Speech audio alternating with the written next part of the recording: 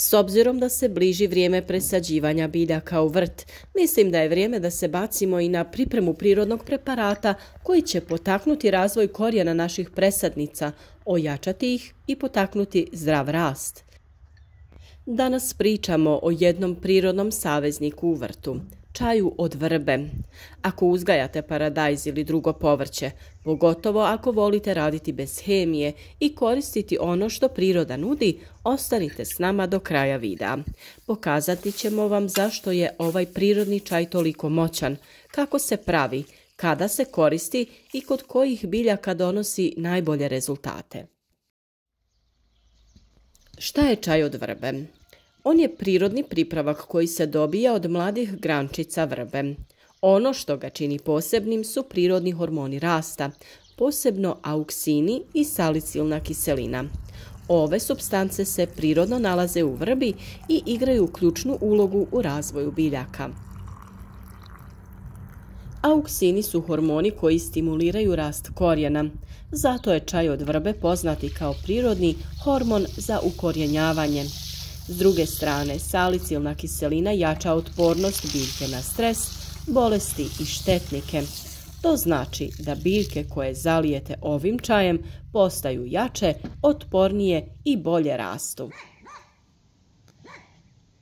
Zašto je dobro koristiti čaj od vrbe nakon sadnje paradajza? Paradajz je osjetljiv kada se presađuje, često doživi takozvani transplantacijski šok, kada biljka stane sa rastom ili čak uvene zbog stresa od presađivanja. Zalijevanje čajem od vrbe može spriječiti taj šok i pomoći biljci da brže razvije korijen. Naravno, vrlo je važno pravilno pripremiti biljke za boravak na otvorenom, o čemu ćemo posebno govoriti u drugom video savjetu, a sada idemo sa receptom kako se priprema čaj od vrbe. Prvo da kažemo šta to konkretno dobijate. Brže ukorjenjavanje. Auksini potiču rast novog korijena. Smanjujete stres kod biljaka jer salicilna kiselina umiruje biljku i pomaže joj da se prilagodi u nove okolnosti. Jačate njenu otpornost. Biljke su manje podložne bolestima nakon presađivanja. Uz to, paradajz generalno voli topli, rahli supstrat i bogatu organsku materiju. Kad mu još date i čaj od vrbe, dobijete snažan start. Kako se pravi čaj od vrbe? Priprema je vrlo jednostavna, ali treba nešto vremena. Zato je najbolje da ga napravite nekoliko dana prije planirane sadnje. I zato smo mi tu. Na vrijeme vas napominjemo da trebate pripremiti određena hranjiva ili zaštitne preparate. Šta vam je potrebno za ovaj recept? Šaka do 2 mladih grančica vrbe, to jest otprilike 100 grama. Potrebna vam je i voda, kišnica ili odstajala voda je najbolja. I naravno neka kanta ili staklena tegla, ovisno o količini koju ćete pripremati, ili neka druga posuda za rad. Postupak pripreme je sljedeći. Narežite mlade grančice na komadiće dužine 5 do 10 cm, ali ipak bolje nešto sitnije. Stavite ih u posudu i prelijte vrućom vodom. Omjer je otprilike 1:5, jedan dio grančica na 5 dijelova vode. To jest na ovih 100 grama grančica staviti ćemo 500 ml vode. Nakon toga posudu pokrijte i ostavite da stoji 24 do 48 sati. Nakon toga procijedite tečnost. Dobiveni čaj čuvajte u frižideru do 2 sedmice. A kako se koristi čaj od vrbe? Zalijevajte biljke direktno u zonu korijena odmah nakon sadnje. Možete i potapati sadnice u ovaj čaj 30 minuta prije sadnje. A kasnije zalijevajte svake 2 do 3 sedmice tokom prve faze rasta. Ovaj čaj možete koristiti i za poticanje ukorjenjavanja reznica vaših najdražih cvjetnica ili drugih drvenastih biljaka koje na taj način želite razmnožiti. Ako koristite čaj za reznice ili mlade biljke koje tek puštaju u korijen, potopite ih u čaj od vrbe 24 sata prije sadnje. Kod kojeg još povrća čaj od vrbe pomaže? Osim paradajza, čaj od vrbe je odličan za skoro sve biljke koje se presađuju ili koje teško puštaju korijen. Evo nekoliko primjera. Paprika poput paradajza osjetljiva je na presađivanje. Zalijevanje čajem pomaže boljem ukorijenjavanju. Patliđan sporo raste u početku, ali uz stimulans iz vrbe lakše se primi i jača. Krastavci i tikvice brzo rastu, ali znaju biti osjetljivi na stres. Čaj im pomaže da krenu sigurnije. Kupusnjače, kupus, keljkar, fiol, čaj im pomaže da bolje razviju korijen. Celer i peršun su poznati po sporom klijanju i rastu.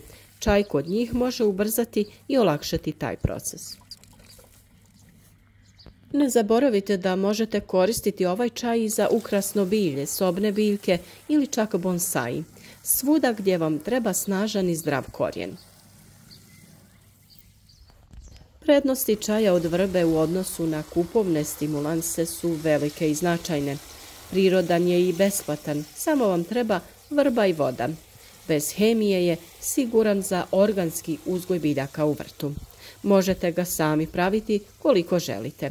Ne šteti tlu ni biljkama, nema rizika od predoziranja.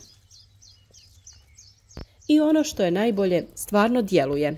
Iskustva mnogih vrtlara to potvrđuju, a mi smo jedni od njih. Isprobali, uvjerili se i sada naše iskustvo dijelimo sa vama. Ima tu i jedna mala napomena. Iako čaj od vrbe pomaže biljkama, on nije čarobni štapić. Neće nadomjestiti lošu zemlju, premalo sunca ili previše zalijevanja. Koristite ga kao podršku, kao dodatak zdravom vrtu, a ne zamjenu za osnovnu njegu biljaka. Stalno govorimo da je priprema tla esencijalna, ključna, kako bi biljke rasle zdravo. Rahlo tlo, bogato prirodnim hranjivima, humusom, kompostom, najvažniji je korak u uzgoju, jer jaka i uhranjena biljka je i otporna biljka. Ovakvi preparati se inače nazivaju stimulatori rasta, a postoji još prirodnih preparata koji se pripremaju za ovu namjenu. Nedavno smo govorili o njima, pa ćemo vam staviti link za taj video u opisu ovog videa. Radi se o prirodnim preparatima od koprive, aloe vere, cimeta i sličnim prirodnim pomoćnicima.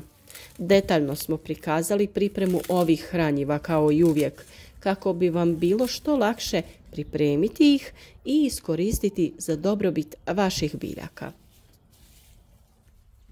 Ako do sada niste probali čaj od vrbe u vrtu, pravo je vrijeme. Brzo se pravi, lako se koristi i daje rezultate. Posebno ako se sadi paradajz, paprika ili drugo povrće koje voli zdrav početak. Nedavno smo sa vama podijelili i nekoliko recepata za pripremu prirodnih hranjiva i preparata za zaštitu od biljaka koje sada možete pronaći u prirodi.